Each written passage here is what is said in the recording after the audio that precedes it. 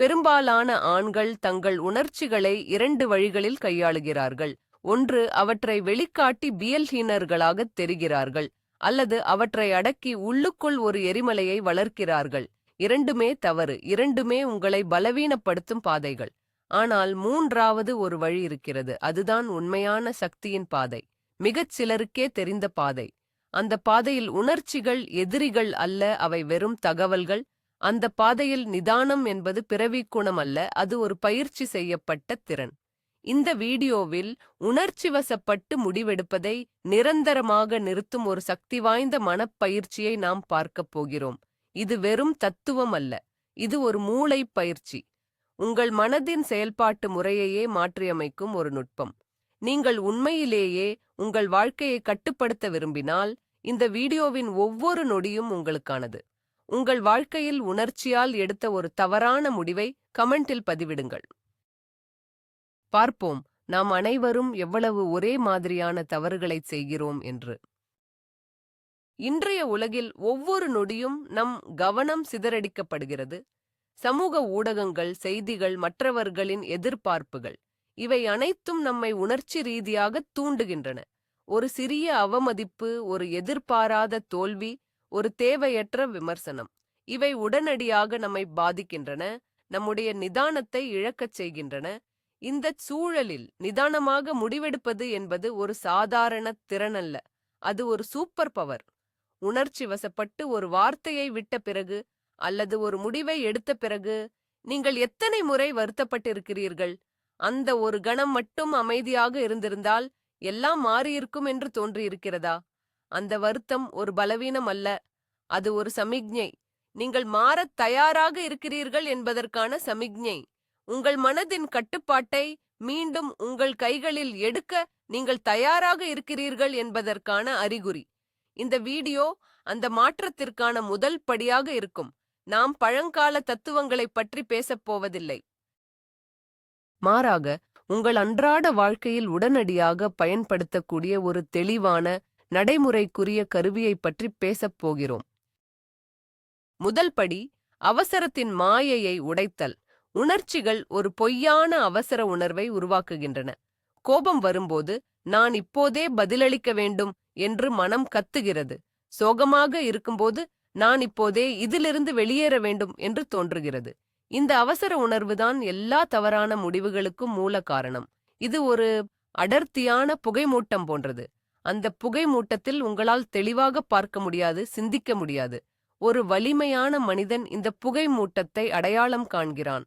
அவன் உடனடியாகச் செயல்படுவதில்லை. உணர்ச்சி என்பது ஒரு தற்காலிக விருந்தாளி என்பதை அவன் அறிவான். அது வரும், சிறிது நேரம் தங்கும், பிறகு சென்றுவிடும். ஆனால் அந்த விருந்தாளி இருக்கும்போது எடுக்கப்படும் முடிவுகள் நிரந்தரமான பாதிப்புகளை ஏற்படுத்திவிடும். எனவே உங்கள் முதல் பயிற்சி இதுதான்.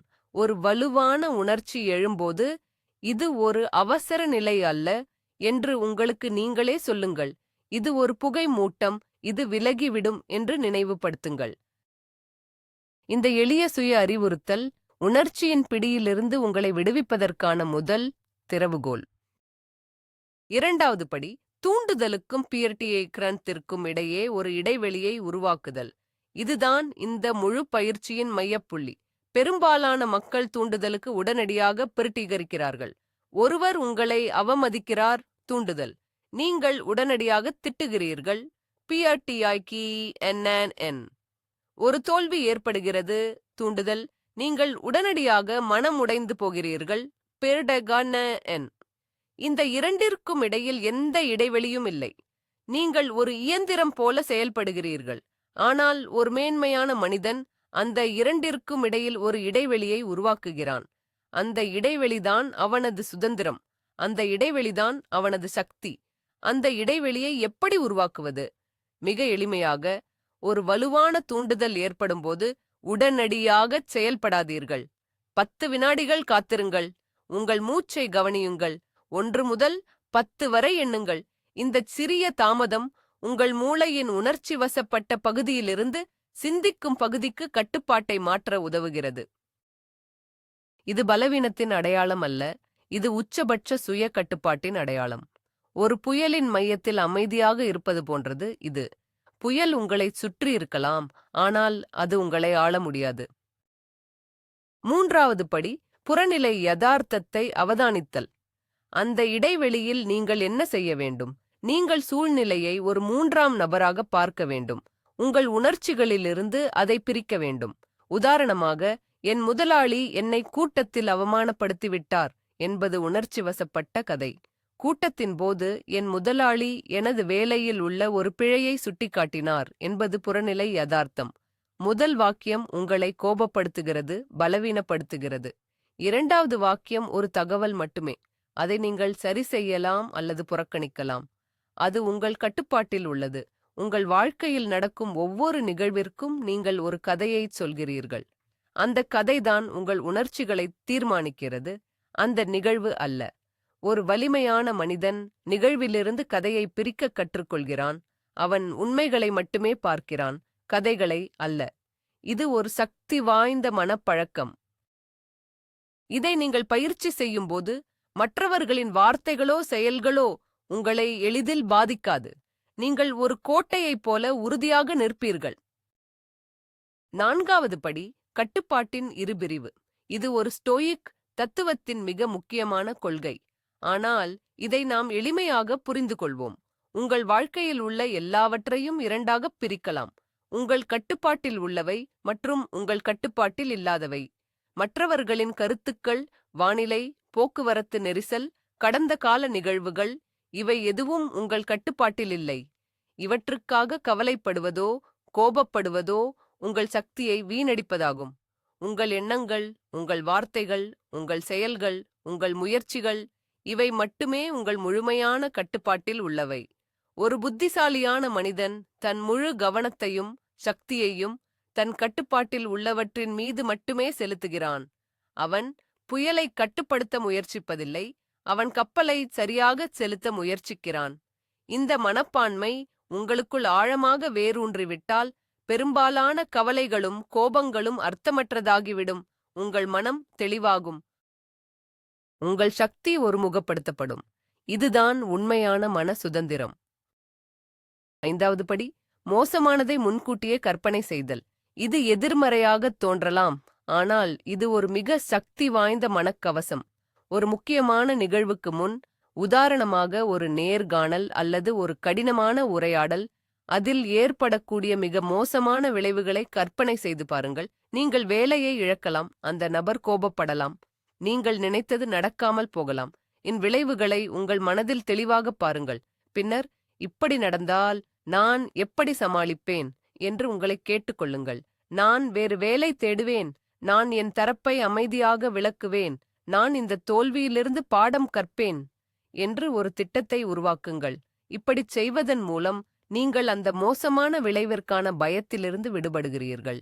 நீங்கள் அதற்காக மனதளவில் தயாராகிவிட்டீர்கள். இப்போது அந்த நிகழ்வை நீங்கள் பயத்துடன் அணுக மாட்டீர்கள். நீங்கள் நம்பிக்கையுடனும் நிதானத்துடனும் அணுகுவீர்கள்.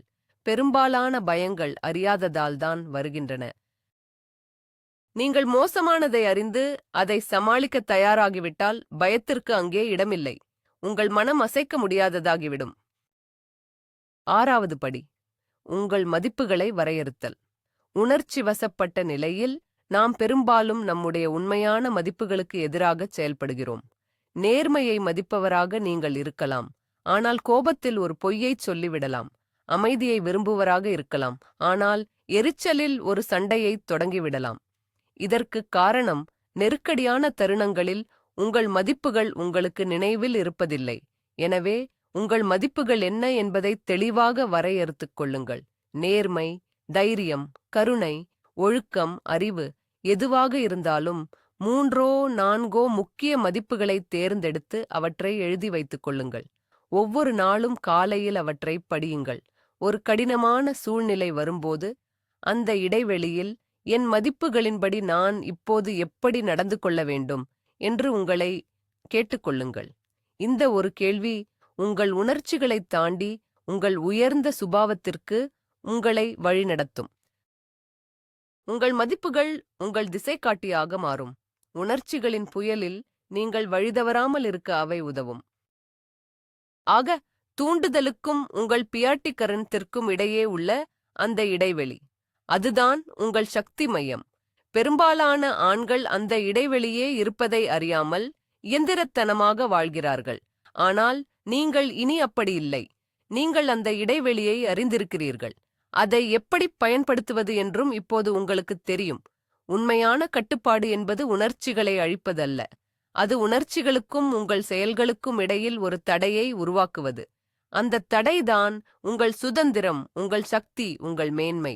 இந்த மனப்பயிற்சியை உங்கள் அன்றாட வாழ்க்கையின் ஒரு பகுதியாக மாற்றுங்கள். ஒவ்வொரு முறையும் நீங்கள் உணர்ச்சி வசப்படும்போது இந்த படிகளை நினைவு கூறுங்கள். காலப்போக்கில் இது உங்கள் இயல்பாகவே மாறிவிடும். இனி எந்த ஒரு சூழ்நிலையும் உங்களை ஆள முடியாது. நீங்கள்தான் அந்தச் சூழ்நிலையை ஆளுவீர்கள். இந்த அறிவுப் பயணத்தில் என்னுடன் இணைந்ததற்கு நன்றி. நீங்கள் ஒரு சதவீதத்தினரில் ஒருவர். இந்த சிந்தனையை உங்கள் நண்பர்களுடன் பகிருங்கள்.